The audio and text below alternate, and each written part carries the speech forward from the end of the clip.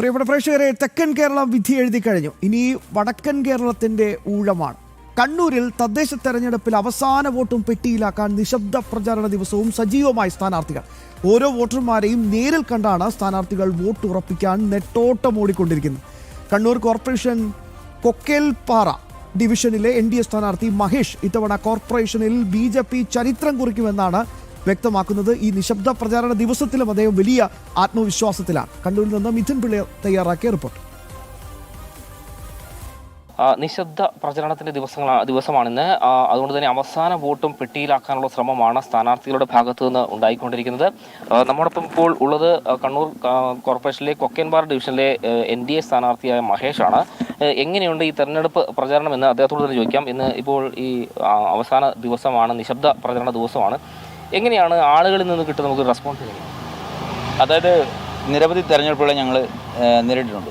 പക്ഷേ അതിൽ നിന്നും വ്യത്യസ്തമായി മോദിജിയുടെ വികസന പദ്ധതികൾ അത് ജനങ്ങളിലേക്ക് എത്തിയിട്ടുണ്ട്. പ്രധാനമായും കിസാൻ സമ്മാൻ നിധി, അതുപോലെ ആയുഷ്മാൻ ഭാരത്, അതുപോലെ നമ്മുടെ അമ്മമാർക്കുള്ള മാതൃവന്ദന യോജന, അതുപോലെ നിരവധി പദ്ധതികൾ കേരളത്തിന് അനുവദിച്ച മോദിജിക്ക് വേണ്ടിയുള്ള ഒരു വോട്ടായിട്ടാണ് അവർ ഞങ്ങളോട് പറയുന്നത്.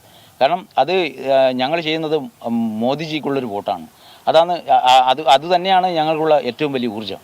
കാരണം വ്യത്യസ്തമായിട്ട് എല്ലാ വീടുകളിലും പോകുമ്പോൾ ഞങ്ങളെ കൈ നീട്ടി സ്വീകരിക്കുന്ന ഒരു കാഴ്ചപ്പാട്, അത് തന്നെയാണ് BJPക്കുള്ള ഏറ്റവും വലിയ പോസിറ്റീവ്. ഇപ്പോൾ ഈ ഒരു മാസത്തോളം ശക്തമായ തെരഞ്ഞെടുപ്പ് പ്രചരണ പോരാട്ടം തന്നെയാണ് നടന്നത്. ഇപ്പോൾ ഈ മൂന്ന് പാർട്ടികളും ശക്തമായി പ്രചരണ രംഗത്തുണ്ട് താനും. അപ്പോൾ എന്താണ് നമ്മൾ പൊതുജനങ്ങളിൽ നിന്ന് കിട്ടുന്ന നമുക്കൊരു സ്വീകാര്യത, അല്ലെങ്കിൽ അവിടെ വീടുകളിൽ പോകുമ്പോൾ നമുക്ക് കിട്ടുന്ന ഒരു മറുപടി എന്തൊക്കെയാണ്?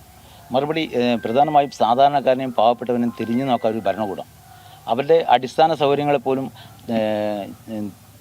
ചവിട്ടി മാറ്റിക്കൊണ്ട് ആ ഒരു തിരഞ്ഞെടുത്ത ജനതയെപ്പോലും അവഗണിച്ചുകൊണ്ട് പോകുന്നൊരു ഭരണകൂടം, അവർക്കെതിരെയുള്ള പ്രതിഷേധം.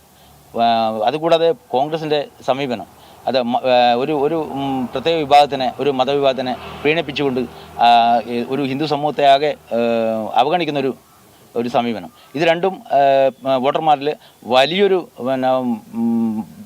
മാറ്റം ഉണ്ടാക്കിയിട്ടുണ്ട്. എത്ര ഘട്ടമായി നമ്മളിപ്പോൾ വീടുകൾ കയറിയിട്ടുള്ള പ്രധാനമായും ഗൃഹസമ്പർക്കമാണല്ലോ നടത്തി വരുന്നത്. അപ്പോൾ എത്ര ഘട്ടം നമ്മൾ പൂർത്തിയാക്കാൻ സാധിച്ചു? എങ്ങനെയായിരുന്നു ഒരു കാലഘട്ടം? എങ്ങനെയായിരുന്നു? ഞങ്ങൾ 3 തവണ വോട്ടർമാരെ നേരിട്ട് കണ്ടു. ഇനിയിപ്പോൾ നിശബ്ദ പ്രയാണത്തിലൂടെ ഒന്നുകൂടി വോട്ടുറപ്പിക്കാനുള്ള ഒരു ശ്രമത്തിലാണ് ഞങ്ങൾ.